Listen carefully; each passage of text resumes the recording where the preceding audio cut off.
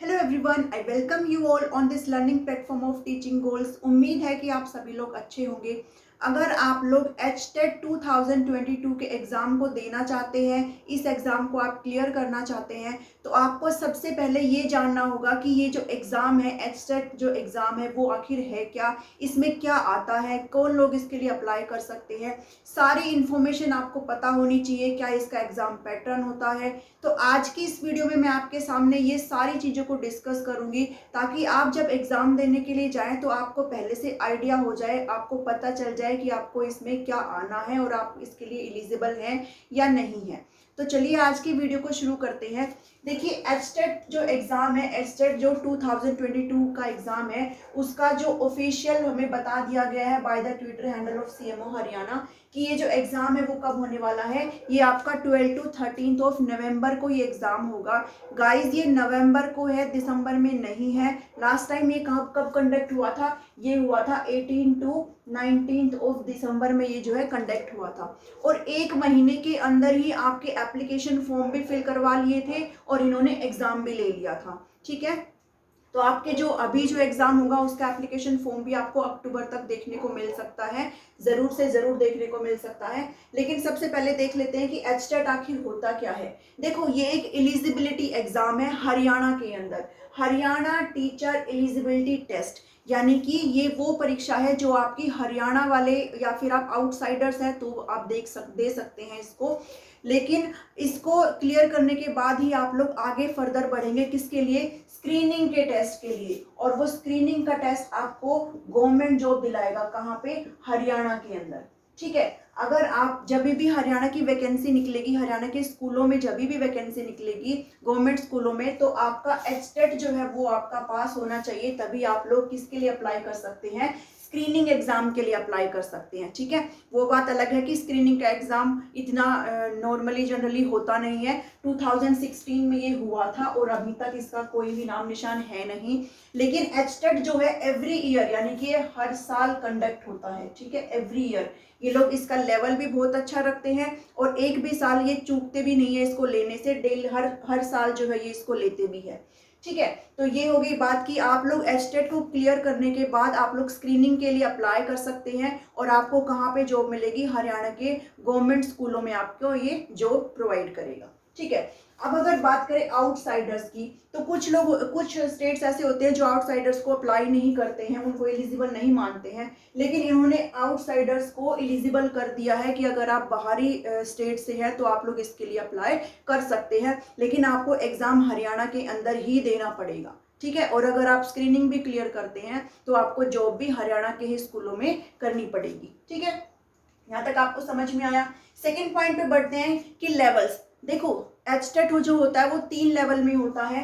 एक आपका होता है लेवल 1 जो PRT वालों के लिए होता है, एक होता है लेवल 2 जो आपके TGT वालों के लिए होता है, और एक होता है 3 जो कि आपके पोस्ट ग्रेजुएट टीचर के लिए होता है। ठीक है, आप लोग अगर इस एग्जाम को क्लियर कर लेंगे तो आप लोग PRT पोस्ट के लिए भरने के लिए एलिजिबल हो जाएंगे। अगर सेकंड वाला क्लियर करते हैं तो आप लोग TGT के लिए एलिजिबल हो जाएंगे, और थर्ड वाला करते हैं तो आप लोग 9 to 12 तक के बच्चों को पढ़ाने के लिए आप एलिजिबल होते हैं। ठीक है, अब बात करें इसके एलिजिबिलिटी क्राइटेरिया की, तो देखो इन्होंने साफ बताया है HTET में, जो HBSC जो है वो बिल्कुल साफ बताता है कि अगर आपने डिप्लोमा किया है, किसके लिए? PRT के लिए।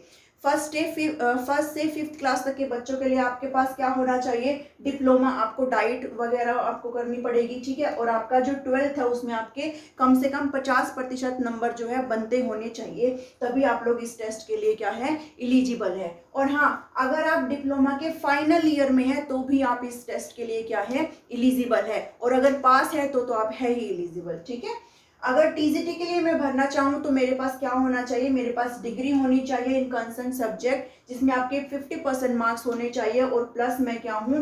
B.Ed मेरी होनी चाहिए, यहाँ पे बैचलर ऑफ एजुकेशन मेरा यहाँ पे होना चाहिए। अगर मैं फाइनल ईयर में हूँ तो भी मैं अप्लाई कर सकती हूँ, और अगर मैं पास हूँ तो भी मैं अप्लाई कर सकती हूँ। ठीक है, पोस्ट ग्रेजुएट यानी कि PGT वालों के लिए क्या है कि आपको पोस्ट ग्रेजुएट होना चाहिए इन कंसर्न सब्जेक्ट, जो भी आपका सब्जेक्ट है, प्लस में आपका बैचलर ऑफ एजुकेशन होना चाहिए। ठीक है, और एलिजिबल जो है वो अपीयरिंग है तो भी आप लोग इसमें अप्लाई कर सकते हैं। ठीक है, कहने की बात ये है कि आप लोग अपीयरिंग में है, अगर आप लोग अपने जो आपका डिप्लोमा है और जो डिग्री है आपकी, जो बैचलर एजुकेशन की जो डिग्री है, अगर आप उसमें अभी भी अपियरिंग है तो आप इसमें क्या कर सकते हैं, अप्लाई कर सकते हैं। ठीक है, थर्ड पे बात आते हैं फीस। देखो फीस का एक बहुत अच्छा खासा इन्होंने स्ट्रक्चर रखा हुआ है कि अगर आप लोग पीआरटी के लिए भरते हैं तो आपको 1000 रुपये देने पड़ेंगे, अगर आप टीजीटी के लिए अप्लाई करेंगे तो आपको 1800 देना पड़ेगा, और अगर आप लोग पीजीटी के लिए भरते हैं तो ये आपको 2400 अमाउंट आपको पे करना पड़ेगा। अगर आप लोग SC ST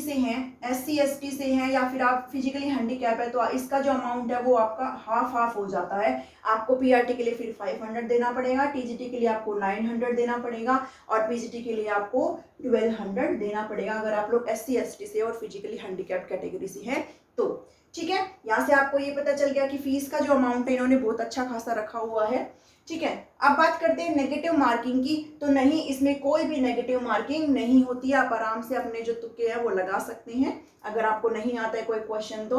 उसके बाद अगर बात करें एज लिमिट की, तो गाइज इसमें कोई भी एज लिमिट नहीं है, आप कितने भी साल के हो आप इस पेपर को भर सकते हैं, आप इसमें अप्लाई कर सकते हैं। बट आपको एक चीज़ ज़रूर यहाँ पे ध्यान देनी है, अगर आप गवर्नमेंट यानी कि सरकारी अध्यापक अगर आप बनना चाहते हैं तो स्क्रीनिंग के लिए जो आपकी एज लिमिट है वो कितनी रखी गई है, वो 12 ईयर की रखी गई है। तो अगर आप लोग मान लो अगर आप लोग 42 ईयर से पहले अगर आपने एस्टेट को क्वालिफाई नहीं किया है तो फिर बाद में आप स्क्रीनिंग के लिए अप्लाई नहीं कर सकती हैं। ठीक है, यहाँ तक समझ में आया कि वैसे तो कोई एज लिमिट नहीं है, आप कभी भी हो कितने साल के हो आप भर दो, लेकिन स्क्रीनिंग की जो एज लिमिट है वो क्या है, 42 ईयर्स है। अब क्वालिफाई मार्क्स क्या होते हैं, तो इसमें जो 90 यानी कि जो 60% नंबर आपको लेने पड़ेंगे, 90 मार्क्स आपको लेने पड़ेंगे अगर आप ओबीसी से हैं तो भी, और अगर आप जनरल कैटेगरी से आते हैं तो भी। ठीक है, अगर आप SC ST वर्ग से हैं तो आपको कितने मिनिमम मार्क्स लेने पड़ेंगे, आपको 82 यहाँ पे मिनिमम मार्क्स लेने पड़ेंगे। ठीक है, वैलिडिटी देख लो, पहले जो वैलिडिटी थी वो 5 ईयर्स की थी, लेकिन अभी इसको बढ़ा करके कितना कर दिया गया है, उसको 7 ईयर्स यहाँ पर कर दिया गया है वैलिडिटी को बढ़ा करके। अगर आखिरी पॉइंट में देखो एग्जाम पैटर्न की, तो यहाँ पे देखो ये 3 लेवल में होता है, आप सभी को पता है। तो यहाँ पे जो है सेम होता है, सिर्फ सब्जेक्ट्स आपके अलग हो जाएंगे टीजीटी के लिए और पीजीटी के लिए। लेकिन अगर आप लोग पीआरटी के लिए अप्लाई कर रहे हैं तो आपकी जो चाइल्ड डेवलपमेंट है वो आपका कितने नंबर का पूछा जाएगा, 30 मार्क्स का यहाँ पे पूछा जाएगा आपका चाइल्ड डेवलपमेंट। मैथ्स आपसे पूछा जाएगा 30 मार्क्स का। ईवीएस एनवायरमेंटल स्टडीज आपसे पीआरटी में पूछी जाएगी 30 मार्क्स की। हिंदी और इंग्लिश जो आपका लैंग्वेज है वो आपसे कितने नंबर की, 30 मार्क्स की यहाँ पे पूछी जाएगी। एप्टीट्यूड प्लस रीजनिंग यहाँ पे आपका 10-10 नंबर का हो जाता है, तो कुल मिलाकर ये कितने हो गए, 30 मार्क्स, यानी कि जो पेपर है वो आपका 150 मार्क्स का हो जाता है। ठीक है, 150 मार्क्स का ये पेपर है आपका, 150 मिनट्स आपको मिलेंगे, यानी कि आपको एक क्वेश्चन के लिए 1 मिनट आपको प्रोवाइड किया गया है, विच इज क्वाइट इनफ।